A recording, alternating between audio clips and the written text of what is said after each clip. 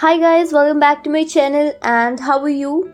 And as you can see in my title and my thumbnail that it's Mrs Dalloway.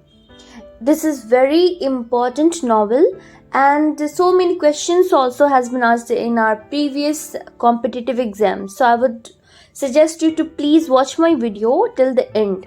And before going to the topic, I'd like you to please subscribe my channel and hit the bell icon if you really like my video, okay? Let's begin. First of all, I'm going to give you little introduction about this novel. So, Mrs Dalloway is a novel by Virginia Woolf. It was published on 14th May 1925. That details a day in the life of Clarissa Dalloway, a fictional upper-class woman in post-First World War England. The novel addresses the nature of time and personal experience through multiple interwoven stories. In October 2005, Mrs Dalloway was included on Times Magazine list of the 100 best English language novels written since its first issue in 1923. Okay. So now the story begins. So the story begins in the year 1923 in London. Mrs. Clarissa Dalloway, wife of a Conservative Party's politician Richard Dalloway. Mrs. Clarissa's husband was Richard Dalloway. So she was basically upper class housewife. So one day Clarissa was about to organize and host a party at night. And for its preparation, she went to buy flowers at flower shop outside this street. There she saw her childhood friend Peter. Actually, Clarissa spent her childhood at Burton. There Peter was in love with Clarissa. They were having soft corner for each other, but at the same time they were a little bit critical for each other too. So their relationship was not that good. But Clarissa got married with Richard Dalloway. And now Peter met her at flower shop, but then Clarissa's daughter also appeared there and he went away by watching Elizabeth, and Clarissa's daughter's name was Elizabeth. Okay? But Peter was still thinking those moments when Clarissa rejected his proposal in the past. And he goes to Regent's Park named Place now. Friends, actually, Woolf uses intertextuality to enrich her novel with Homer's Odyssey, the Iliad, Aristotle's Poetics, and other classical Greek writings. Now the point of view of the story shifts to a soldier named Septimus Warren Smith. He also fought in World War I, but he was suffering from a psychological disorder named shell shock. Okay, shell shock. Actually, he was a very good man and also was writing poems. But one sad day in the war, he has lost his friend named Yvonne. And from that time onwards, he started suffering from hallucination, means he started watching Yvonne everywhere. And his Italian wife, her name was Lucrezia Smith, also took him to Dr. Holmes. But Dr. Holmes said it's nothing, it's just a fear pent up fear emotion pent up in his heart, in his mind.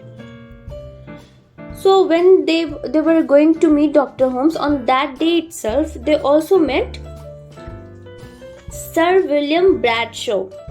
And Sir William Bradshaw was very famous doctor. And Bradshaw decided to send Septimus a mental institute to get him treated. Now let's shift to Mrs. Clarissa Dalloway's story. So her husband, Richard Dalloway, as I told you that her husband was a politician in Conservative Party. So this time he was having lunch with Lady Burton and Hugh. And then he gets a flower and plants in his mind to say I love you to his wife Clarissa. But when he sees her, he was unable to speak it up. Means he was not able to speak I love you to his wife itself. And there Clarissa was reading in her mind that what kind of distance, what kind of relationship she is having with her husband. That she was reading the distance between her and her husband, okay? And one more thing here, that there was a tutor of Elizabeth.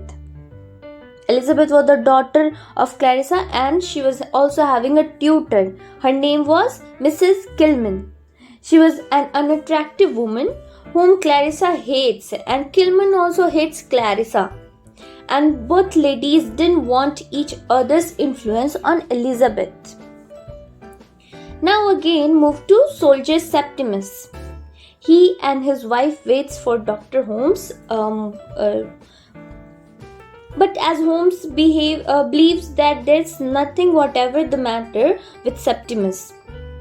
Where Septimus also assumes Holmes as a monster in his mind. When he comes, means when Holmes comes to meet him, to watch him, Septimus went to balcony. Means he was scared. So he ran to balcony and jumps to death on the spot. It's heart-rending, no? Now again the story turns to Clarissa's party. And this is the most important event in the novel, where Woolf tried to show the mental stability of Clarissa, because she went through different feelings at only one point of time. One point of time. Let's see what happens. Actually, she was hosting the party perfectly. But subconsciously, she was also having the fear that the party would finish perfectly or not. Because she saw her childhood friend Sally in the party, and also Peter was also available there. And they were waiting for Clarissa to join them. But meanwhile, she also gets the news of Sir Septimus' death, by which she was totally disheartened, and she went in a room to spend some time alone. But later she managed herself and came back to the party and joined Sally and Peter. So this story ends here itself. So it's a conclusion and message not given in this story, in the novel. So we have to watch what is there, why Virginia Woolf did this. Okay, so let's come to conclusion. My friends, if you have listened this video till this time, then I'm very sure that you are literary lover person. Okay, you can give your own conclusion regarding this. But if we would see this novel in general terms, we can come to the conclusion that Virginia Woolf was very much inspired from James Joyce's work, and both were the pioneer of stream of consciousness. As James Joyce also uses this technique, stream of consciousness, in his portrait of an artist as a young man. So what is this stream of consciousness? It is to depict the multitudinous thoughts and feelings which pass through the mind of a narrator. And as Woolf tried to depict the daily life of her characters, but on the parallel to this, she also sketches the life of mind and emotionally diverse and daydreaming world of the novel's character, where we can see Peter Wall's weird fantasies about the woman in the street, Septimus' flashbacks to his friendship with Yvonne, and Clarissa's own recollections of her youthful flirtation and relationship with her husband.